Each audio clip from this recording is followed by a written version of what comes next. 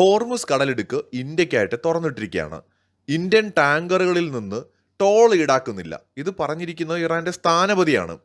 ശരിക്കും എങ്ങനെയാണ് ഇന്ത്യ ഈ നയതന്ത്ര മികവ് കാട്ടുന്നതെന്ന് എത്ര ആലോചിച്ചിട്ടും മനസ്സിലാവുന്നില്ല. ഇറാനുമായിട്ടുള്ള ഇടപാടുകൾക്ക് പണം നൽകുന്ന കപ്പലുകളെ തടയുമെന്ന് അമേരിക്കൻ പ്രസിഡന്റ് ഡൊണാൾഡ് ട്രംപ് പ്രഖ്യാപിച്ചിട്ടുണ്ട്. ഈ പ്രഖ്യാപനത്തിന് പിന്നാലെയാണ് ഹോർമുസ് കടലിടുക്ക് വഴി സഞ്ചരിക്കുന്ന ഇന്ത്യൻ ടാങ്കറുകൾ ഇറാന് ടോൾ ഒന്നും നൽകുന്നില്ല എന്ന് ഇന്ത്യയിലുള്ള ഇറാന്റെ അംബാസിഡർ അല്ലെങ്കിൽ ഇറാന്റെ സ്ഥാനപതി വെളിപ്പെടുത്തിയിരിക്കുന്നത്. ഡൽഹിയിലുള്ള സ്ഥാനപതി വെളിപ്പെടുത്തിയിരിക്കുന്നത് ഹോർമുസ് കടലിടുക്ക് ഇന്ത്യൻ കപ്പലുകൾക്കായി എപ്പോഴും തുറന്നിട്ടിരിക്കുകയാണെന്നാണ് അദ്ദേഹം പറയുന്നത്. സത്യത്തിൽ ഈ നയതന്ത്രത്തെ അൺബിലീവബിൾ എന്ന വാക്കിനപ്പുറം മറ്റൊന്നും കൊണ്ട് നമുക്ക് പറയാൻ കഴിയില്ല. കാരണം ഇത് അവിശ്വസനീയമാണ്.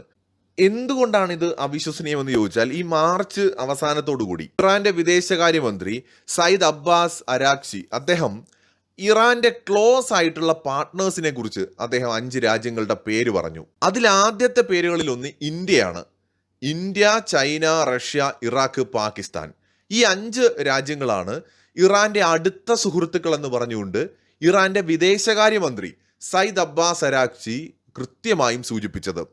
ഹോർമുസ് കടലിടുക്കിലൂടെയുള്ള സുരക്ഷിതമായിട്ടുള്ള കപ്പൽ യാത്രയുമായി ബന്ധപ്പെട്ടാണ് അദ്ദേഹം ഈ 5 രാജ്യങ്ങളെ പ്രത്യേകമായി തന്നെ പരാമർശിച്ചത്.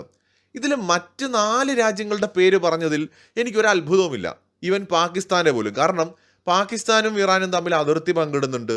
രണ്ടും ഇസ്ലാമിക രാഷ്ട്രങ്ങളാണ്. പല രീതിയിലുള്ള സഹകരണമുണ്ട്. പാകിസ്ഥാൻ മിലിറ്ററിയും ഇറാന്റെ മിലിറ്ററിയും ഒക്കെ തമ്മിൽ കാലങ്ങളായിട്ടുള്ള സഹകരണമൊക്കെ ഉണ്ട്. അപ്പം അതുകൊണ്ട് പാകിസ്ഥാന്റെ പേര് പറഞ്ഞതിൽ ഒരു അത്ഭുതവുമില്ല. റഷ്യയും ചൈനയും പിന്നെ ഇറാനെ സൈനികമായും സാമ്പത്തികമായും ഒക്കെ സഹായിക്കുന്ന രാജ്യങ്ങളാണ്. ഇറാഖ് ആണെങ്കിൽ ഇസ്ലാമിക രാഷ്ട്രമാണ്. സോ ഈ രാജ്യങ്ങളുടെ പേര് പറഞ്ഞതിൽ അത്ഭുതമില്ല. പക്ഷെ ഇന്ത്യയുടെ പേര് പറഞ്ഞതിൽ അത്ഭുതമുണ്ട്.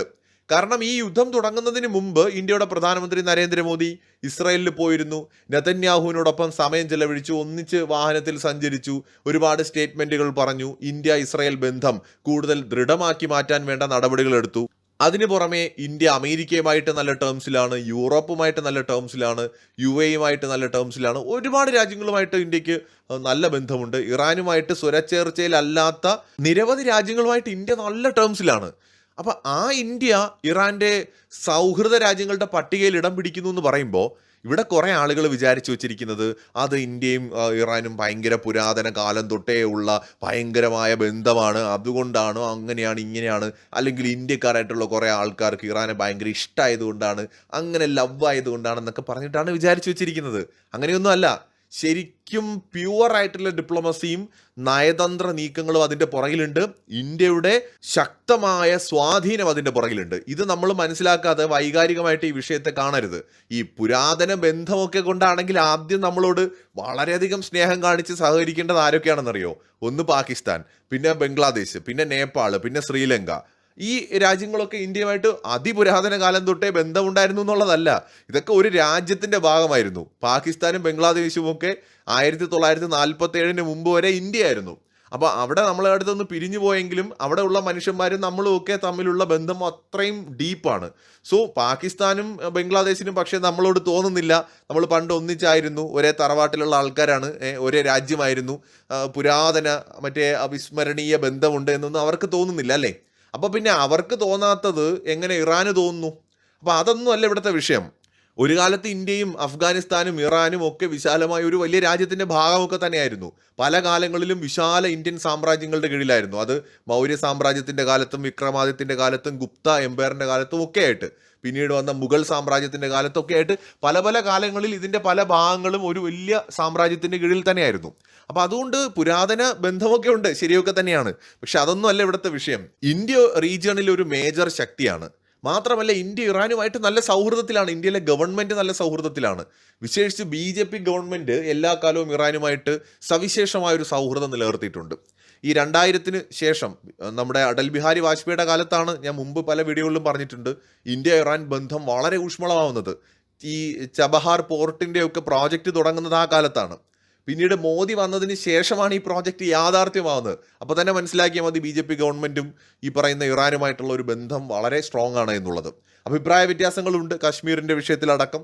പക്ഷേ ഇറാന്റെ താല്പര്യങ്ങളുണ്ട്. ഇസ്ലാമിക രാജ്യങ്ങൾക്കിടയിൽ അവരുടെ സ്വാധീനം നിലനിർത്താൻ പലപ്പോഴും അവർക്ക് ഇസ്ലാമിക രാജ്യങ്ങളുടെ പൊതുവികാരത്തെയൊക്കെ മാനിക്കേണ്ടി വരും. പക്ഷേ അത് ഇന്ത്യൻ താല്പര്യങ്ങൾക്കെതിരായി പോയിട്ടുണ്ട്. പ്രത്യേകിച്ച് കാശ്മീരിലെ വിഷയത്തിലുള്ള ഇറാന്റെ സമീപകാലത്ത് ഈ യുദ്ധമൊക്കെ തുടങ്ങുന്നതിന് മുമ്പുണ്ടായ ചില നിലപാടുകൾ, അത് പക്ഷേ നയതന്ത്ര തലത്തിൽ തന്നെ അങ്ങോട്ടും ഇങ്ങോട്ടൊക്കെ പരിഹരിച്ചാണ് ഇതൊക്കെ മുന്നോട്ട് പോകുന്നത്. പക്ഷേ ഇന്ത്യ ഇറാൻ അവരുടെ ഏറ്റവും അടുത്ത സുഹൃത്തായി കാണുന്നത് ഇവിടെയുള്ള കുറെ ഇന്ത്യക്കാർ ഇറാന് ജയ് വിളിക്കുന്നുണ്ടോ അല്ലെങ്കിൽ പഴയ സംസ്കാരത്തിന്റെ ബന്ധം വെച്ചിട്ടോ അല്ല, മറിച്ച് ഇന്ത്യ എന്ന് പറയുന്നത് നമ്മുടെ രാജ്യത്തിന് ഇറാൻ ആവശ്യമാണ്, ഇറാനെ നമുക്കും ആവശ്യമാണ്, അങ്ങോട്ടും ഇങ്ങോട്ടും ആവശ്യമാണ്. ഇന്ത്യ ഒരു മേജർ പ്ലെയർ ആണ്. ഇറാനുമായിട്ടൊരു ഹെൽത്തി റിലേഷൻ, നിഷ്പക്ഷമായ ഒരു റിലേഷൻ ഇന്ത്യ നിലനിർത്തുന്നതുകൊണ്ടാണ്. ഇവിടെ പലരും പറയുന്നത് ഇന്ത്യ ഇസ്രയേലിന്റെ പക്ഷത്താണെന്നാണ്. പക്ഷേ ഇറാൻ അങ്ങനെ തോന്നുന്നില്ല. ഇവിടുത്തെ പ്രധാനപ്പെട്ട കാര്യം, ഇറാന് തോന്നുന്നില്ല ഇന്ത്യ ഇസ്രയേലിനൊപ്പമാണെന്ന്. അങ്ങനെ തോന്നുകയാണെങ്കിൽ നമ്മളെ സുഹൃത്തായിട്ട് കാണുമോ? അപ്പോൾ ഇന്ത്യ ഗവൺമെന്റിന്റെ ഫോറിൻ പോളിസിക്ക് വളരെ കൃത്യമായ ചില നിലപാടുകളുണ്ട്. അത് ഈ രാജ്യങ്ങൾ മനസ്സിലാക്കുന്നുമുണ്ട്. ഇന്ത്യയും ഇറാനും തമ്മിൽ സഹകരിക്കുന്നതിന് ഇസ്രയേലിന് വല്ല പ്രശ്നമുണ്ടോ? ഇസ്രയേലും ഇറാനും തമ്മിലുള്ള അവരുടെ പ്രശ്നം. ഇന്ത്യയും ഇറാനും തമ്മിലുള്ള സൗഹൃദത്തിന് ഇസ്രയേലിൽ ഒരു പ്രശ്നവും തോന്നേണ്ട കാര്യമില്ല, തോന്നുകയുമില്ല. അതാണ് ഇന്ത്യയുടെ നയതന്ത്രം എന്ന് പറയുന്നത്. അവിടെയാണ് ഞാൻ അവിശ്വസനീയം എന്നുള്ള വാക്ക് ഉപയോഗിച്ചത്. ഇതെങ്ങനെ സാധിക്കുന്നു എന്ന് ചോദിച്ചാൽ നമുക്കറിയില്ല ഇന്ത്യ എങ്ങനെയാണ് ഇത് നേടിയെടുക്കുന്നതെന്ന്. കാരണം ഇറാനുമായിട്ടുള്ള സൗഹൃദം, അതുപോലെ അമേരിക്കയുമായിട്ട് ഇസ്രയേലുമായിട്ടും അൺബിലീവബിൾ ആണ്. അത് നമ്മളെ സംബന്ധിച്ചിടത്തോളം വളരെ സന്തോഷമുള്ള കാര്യവുമാണ്. കാരണം ഇന്ത്യയുടെ താല്പര്യങ്ങൾ നിലനിർത്തിക്കൊണ്ട് നമ്മുടെ അടുത്തുള്ള രാജ്യങ്ങളുമായിട്ട് നല്ലൊരു റിലേഷൻ മെയിൻറ്റെയിൻ ചെയ്ത് പോകാൻ പറ്റുക എന്ന് പറയുന്നത് ഇന്നത്തെ ലോകക്രമത്തിൽ, വിശേഷിച്ച് രണ്ടാം ലോക മഹായുദ്ധത്തിന് ശേഷം രൂപം കൊണ്ടിട്ടുള്ള ലോകക്രമത്തിൽ അതത്ര എളുപ്പമല്ല. അപ്പോൾ അമേരിക്ക നയിക്കുന്ന ഈ ലോകക്രമം കുറച്ച് പെശകാണ്. അപ്പോൾ അതുകൊണ്ട് ഇവിടെ ഇങ്ങനത്തെ ഒരു സ്റ്റാൻഡ് എടുത്ത് നിഷ്പക്ഷമായിട്ട് നിൽക്കുക എന്ന് പറയുന്നത് വലിയ ബുദ്ധിമുട്ടാണ്. വലിയ വലിയ ശക്തികൾക്ക് പോലും അത് കഴിഞ്ഞിട്ടില്ല മുൻകാലങ്ങളിൽ. യൂറോപ്യൻ യൂണിയനും ജപ്പാനും ഓസ്ട്രേലിയയും ഒക്കെ അമേരിക്കയുടെ മുന്നിൽ അടിയറവ് പറഞ്ഞതും, ഇറാനും ഉത്തര കൊറിയയും അടക്കമുള്ള രാജ്യങ്ങൾ ചൈനയുടെയും റഷ്യയുടെയും പക്ഷത്തേക്ക് പോയതും ഒക്കെ അങ്ങനെ ഒറ്റയ്ക്ക് നിൽക്കാൻ പറ്റില്ല, ഒരു ചേരിയിലും ചേരാൻ നിൽക്കാൻ പറ്റില്ല എന്ന ബോധ്യത്തിൻ്റെ അടിസ്ഥാനത്തിൽ കൂടിയാണ്. അവർക്ക് അതിന് കഴിയില്ല. അവിടെ ഇന്ത്യ നിഷ്പക്ഷമായിട്ട് നിന്നിട്ട് ശരിക്കും ലോകത്തെ അമ്പരപ്പിക്കുക തന്നെയാണ്. ഇന്ത്യ സ്വയം മറ്റുള്ളവരെ കൊണ്ട് പറയിച്ചു തുടങ്ങിയിരിക്കുകയാണ് ഇന്ത്യ ഒരു വലിയ ശക്തിയാണ് എന്ന്. നമ്മൾ കുറേ കാലം നമ്മളൊക്കെ പറഞ്ഞുകൊണ്ടിരുന്നു ഇന്ത്യ വലിയ ശക്തിയാണ്, ഗ്രേറ്റ് പവറാണ്, ഫ്യൂച്ചർ സൂപ്പർ പവറാണ്, പൊട്ടൻഷ്യൽ പവറാണെന്നൊക്കെ പറഞ്ഞിട്ട് നമ്മളെപ്പോലുള്ള ആൾക്കാർ പലപ്പോഴും പറയുമ്പോൾ നമ്മൾ തന്നെ പറയുന്നതിനകത്തൊരു തീർച്ചയായിട്ടും ഒരു ഔചിത്യക്കുറവുണ്ട്. നമ്മളെ തന്നെ പോയിട്ട് പറയുന്നതിന് എന്തൊക്കെ പറഞ്ഞാലും ഒരു ഔചിത്യക്കുറവുണ്ട്. പക്ഷേ നമുക്കത് പറയേണ്ടി വരുന്നത് മറ്റുള്ളവരാരും നമ്മളെ ആ രീതിയിൽ റെസ്പെക്ട് ചെയ്യാത്തതുകൊണ്ടും നമ്മൾ ഇത്രയും ശക്തമായ ഒരു രാജ്യമായിട്ടും പരിഗണിക്കാത്തത് കൊണ്ടുമായിരുന്നു. എന്നാൽ ഇന്ന് അങ്ങനെയല്ല കാര്യങ്ങൾ. ഇന്ന് ഇന്ത്യ സൂപ്പർ പവർ ആണെന്ന് പറയുന്നത് യൂറോപ്യൻ രാജ്യങ്ങളാണ്. അവരുടെ പ്രധാനമന്ത്രിമാരും അവരുടെ വിദേശകാര്യമന്ത്രിമാരുമാണ്. അതുപോലെ തന്നെ ഗൾഫ് രാജ്യങ്ങളാണ്, ആഫ്രിക്കൻ രാജ്യങ്ങളാണ്, ഏഷ്യൻ രാജ്യങ്ങളാണ് ഇന്ത്യ ഒരു മേജർ പവറാണെന്ന് സമ്മതിക്കുന്നത്. അപ്പോൾ ലോകരാജ്യങ്ങൾക്ക് ഇന്ത്യയെക്കുറിച്ചുള്ള കാഴ്ചപ്പാട് മാറുന്നു. അവിടെ ഇന്ത്യയുടെ നയതന്ത്രത്തിലെ മികവ് വളരെ പ്രധാനം തന്നെയാണ്. കാരണം ഇസ്രയേലുമായിട്ട് ഇത്രയും അടുത്ത റിലേഷൻ നിലനിർത്തുമ്പോൾ തന്നെ ഇറാന്റെ ഏറ്റവും അടുത്ത സുഹൃത്തുക്കളുടെ പട്ടികയിലും നമ്മൾ ഇടം പിടിക്കുക. സോ അത് അങ്ങനെ ഒരു വേറൊരു രാജ്യം അതിനകത്തുണ്ടോ? പാകിസ്ഥാൻ ഇസ്രയേലിന്റെ 1-ാം നമ്പർ ശത്രുവാണ്. ഇറാഖുമായിട്ട് ഇസ്രയേലിന് പ്രശ്നങ്ങളുണ്ട്, റഷ്യയുമായിട്ടുണ്ട്, ചൈനയുമായിട്ടുണ്ട്.